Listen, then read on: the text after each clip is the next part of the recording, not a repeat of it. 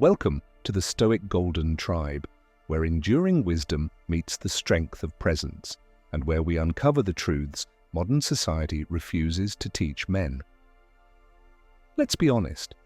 In a world obsessed with gimmicks and surface-level game, most men are desperate for the magic words that will unlock a woman's heart. But here's the truth. It's not about tricking her, flattering her, or pretending to be someone you're not. It's about becoming a man who speaks from a place of depth, direction, and dignity. In this video, we're diving deep into what you can say, and more importantly, how you say it, that makes you utterly irresistible to women. Not because you're trying to manipulate her, but because you're finally speaking from the part of yourself that's real, powerful, and grounded in purpose.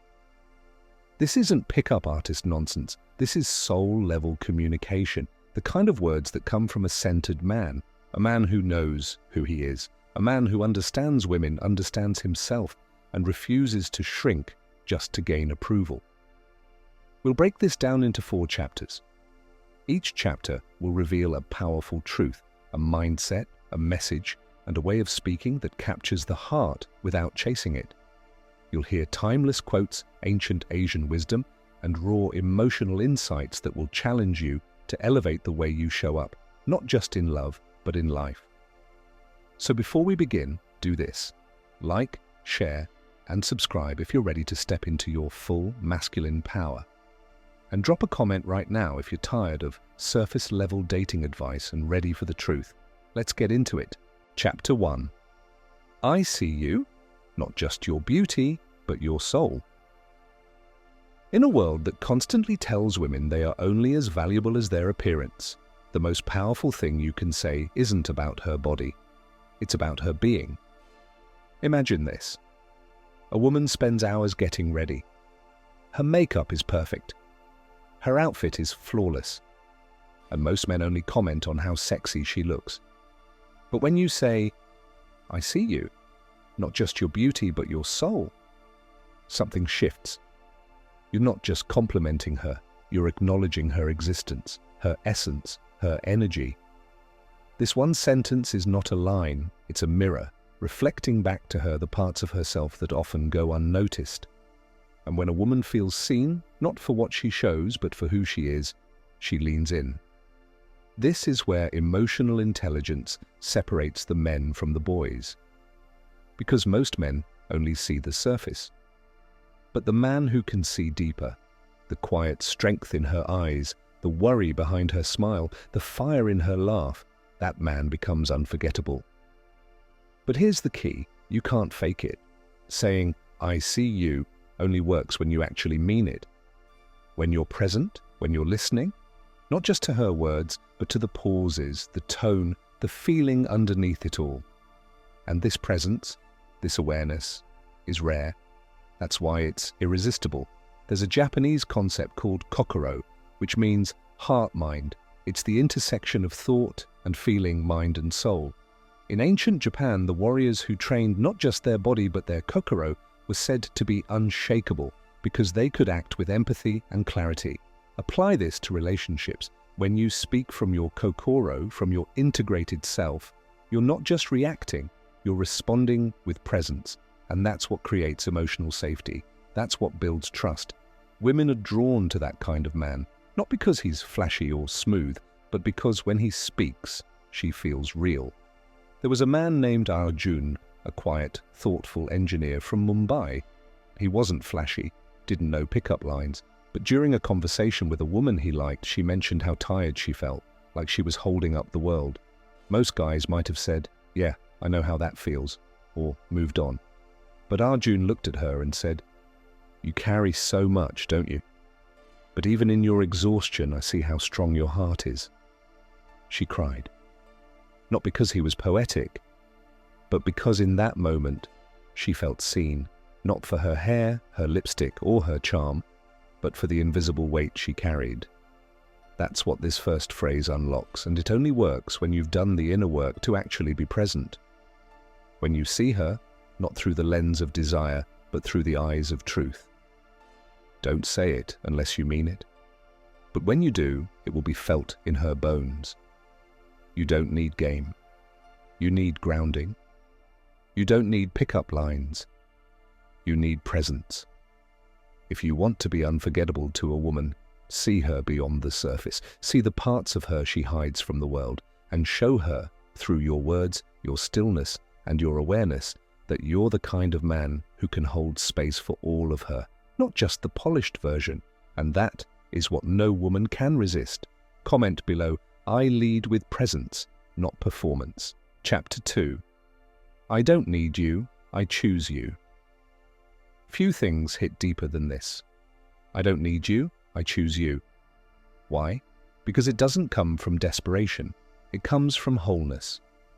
Most men operate from lack. They chase women hoping she will complete them, fill a void, give their life meaning. But here's the bitter truth. A man who needs a woman to feel worthy will never be truly attractive to her, because his energy drains rather than grounds. Now imagine a different kind of man, one who stands tall in his purpose, one who finds joy in solitude, clarity in stillness, and power in his path. He doesn't chase, he attracts, because when he loves, it's not to complete himself, it's to expand what already exists. So when he says, I don't need you, I choose you, it hits different. He's not trying to control her. He's not clinging. He's not proving anything. He's simply offering his love as a gift, not a transaction, and that's rare. Let's go deeper with this. The reason this phrase is so powerful is because it reflects emotional independence, the foundation of every strong relationship. It says, I'm already complete, and I'm inviting you into my life, not depending on you to save it. This aligns deeply with Taoist wisdom from ancient China. The Tao teaches that the wise man rests in the center. He doesn't reach outward for validation or scramble for attention.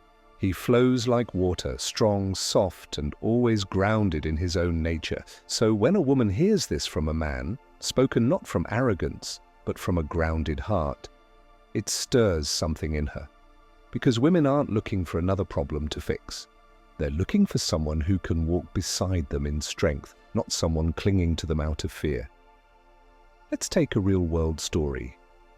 Jason, a 34-year-old from Singapore, spent years being the nice guy, always doing more, always overgiving, and always getting ghosted. One day, after reading Lao Tzu's Tao Te Ching, something clicked. He realized he had been giving to get love, not from strength, but from scarcity. So he pulled back. He stopped over-explaining. He stopped trying to be liked. He focused on building a life that fulfilled him, his work, his health, his peace. Months later, when he reconnected with a woman he once pursued, she noticed the shift instantly. And when she asked him why he seemed so different, he simply said, because I don't need you anymore, but I'd still choose you if you're aligned with where I'm going. She paused, looked at him, and smiled. Because that, my friend, is masculine clarity, and it's magnetic. But remember, this sentence isn't a weapon, it's not something you say to manipulate. It's a truth you live first. You have to become the man who doesn't need. You have to build a life so meaningful, so full of value, that you become your own source of strength. Then, and only then, does that phrase carry weight. And here's a quick test. If a woman left your life today, would your identity collapse? If so, you're still operating from need. And that's your work. That's your growth. Not to punish yourself, but to rebuild yourself from the inside out. When a man becomes emotionally independent, his words take on a different frequency. They carry weight, they hold respect, they create attraction, not by force, but by presence. So next time you're with a woman, speak from that space. Look her in the eyes and say, not with pride, but with quiet power, I don't need you, I choose you. And then live like it's true. Comment below, I choose from strength, not from scarcity. Chapter 3. You're safe here. With me, you don't have to perform. There's a reason this sentence melts even the strongest woman's defenses. You're safe here. With me, you don't have to perform. Why is this so powerful? Because every day, women are performing. They're smiling when they don't feel like it, nodding politely to avoid confrontation, dressing, speaking, and even living in ways that feel curated for the world around them. Especially in relationships, many women carry a quiet pressure to be enough, to be sexy, but not too sexual, smart, but not intimidating, soft, but not weak. So when a man sits in front of her and says with a calm and centered voice, "You're safe here. With me, you don't have to perform," it's not just a sentence, it's freedom. You're not giving her permission, you're giving her peace. You're not inviting her to impress you, you're inviting her to be real. This is where most men fail. They may have charm, confidence, or even wealth, but their energy demands something from a woman: approval, beauty, sex, validation. And women feel that. It's in the way a man stares too long, it's in the way he compliments her body, but never her thoughts. It's in the way he listens to reply instead of listening to understand. But a man who speaks safety, that man is different. Let's take a moment to reflect on a concept from Zen Buddhism, the idea of Shinshin-Ichinyo, meaning mind and body as one. A person who lives in this unity speaks from a place of calm integration. His body language, tone, and words are all aligned. There's no chaos, no contradiction, just peace. This peace is what women deeply crave but rarely find. It's not about being nice, it's about being anchored. There's a story about a man named Elijah. He worked in high finance, high stress, high stakes, high ego.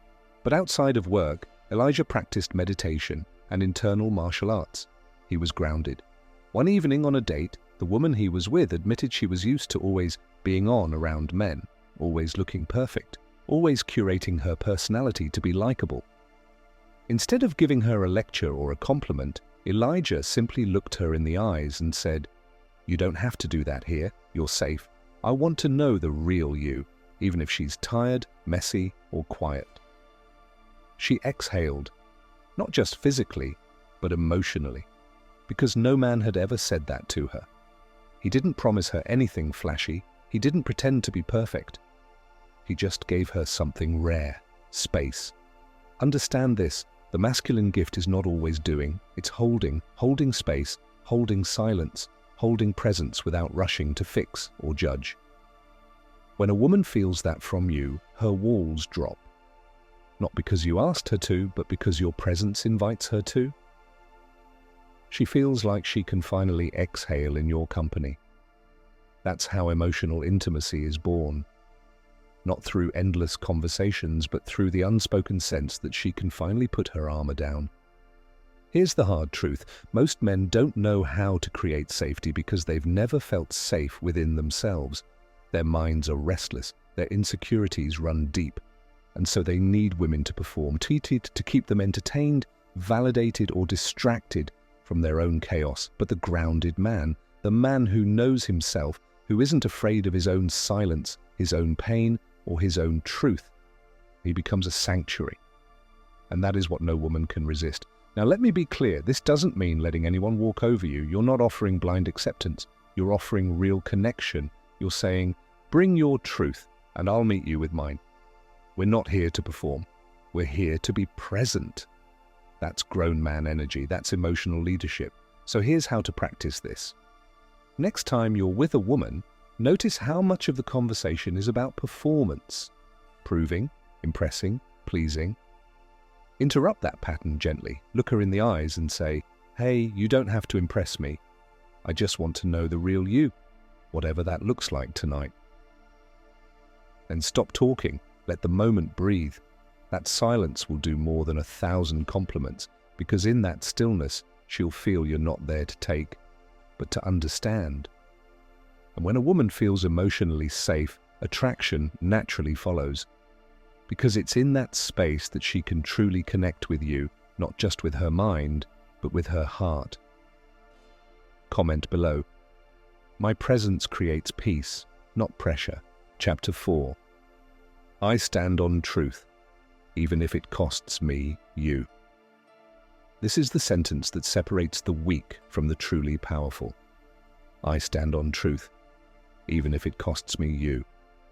Let that sink in, because most men will bend. They'll shrink. They'll lie, they'll perform, just to keep a woman around, just to avoid being alone. They trade their truth for approval and wonder why they feel invisible in their own relationships. But a man who speaks truth even when it's uncomfortable, a man who chooses integrity over attachment, is a man women respect and desire at the deepest level.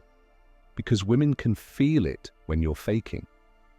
They can feel it when your words don't align with your soul. They may not say it out loud, but it creates tension. It creates mistrust. And over time, it kills attraction. But when you say to a woman, gently, clearly, firmly, "This is who I am. This is what I believe.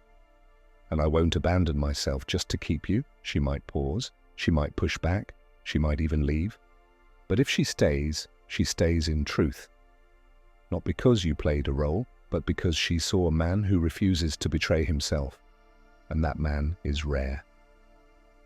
Let's go deeper with some wisdom from Confucius, the ancient Chinese philosopher who said, "The superior man is modest in speech but exceeds in action. He doesn't argue to win, he doesn't posture to impress.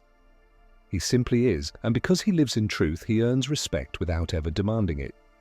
There's an ancient proverb from Southeast Asia that says, "The tree that grows straight and tall faces the strongest winds, but it never bends." That's the energy behind this sentence. It's not about dominance. It's about self-respect. It's about having values that aren't for sale. It's about being the kind of man who speaks what's real. With kindness, but without compromise. Let's make this real. David, a 29-year-old from Kuala Lumpur, was dating a woman he deeply admired, smart, beautiful, driven. But she often tested his boundaries, teasing, disrespecting his time, making sarcastic jokes that chipped away at his dignity. The old David would have laughed it off. He would have ignored the disrespect just to keep her interested. But not anymore. One evening, he calmly said to her, "I like you. I enjoy our time. But I value my peace, my time, and my principles more. If you can't respect that, I'll walk. Not out of anger, but out of alignment." Silence. She was shocked. No man had ever said that to her. Not without yelling, not with that level of calm, clear strength. She stayed. But more importantly, she changed, because David had shown her something rare, a man who would rather lose her than lose himself. That's what women can't resist. Not because you're controlling, but because you're centered, you're rooted, you're real. And whether you end up with her or not, you'll walk with your head high, because you didn't lie to keep love. You stood in truth, and that's freedom. So ask yourself, what are the truths you've been afraid to speak? Where have you stayed silent just to stay liked? What would shift in your relationships if you led with truth, not fear? Because the man who says, "I stand on truth, even if it costs me you," is already free, and freedom is always attractive. Comment below, "My truth is my foundation." If you've made it this far, you already know. This isn't about memorizing lines. This is about becoming the man who speaks them with truth, depth, and presence. Because when your words come from a place of inner power, not performance, not neediness, not ego, you become the kind of man women don't forget. Not because you manipulated them, but because you moved them. In a world full of noise, become the man of substance. In a sea of performers, become the man of truth. And in the chase for validation, become the man who validates himself first. Because when you do that, no woman will resist, not because you forced her to fall, but because you rose into the man worth standing beside. This is the Stoic Golden Tribe, where men rise with purpose, speak with clarity, and love with strength. Like, share, and subscribe if this resonated, and drop a comment below with the sentence that hit you the hardest today. Until next time, speak less, stand firm, lead from within.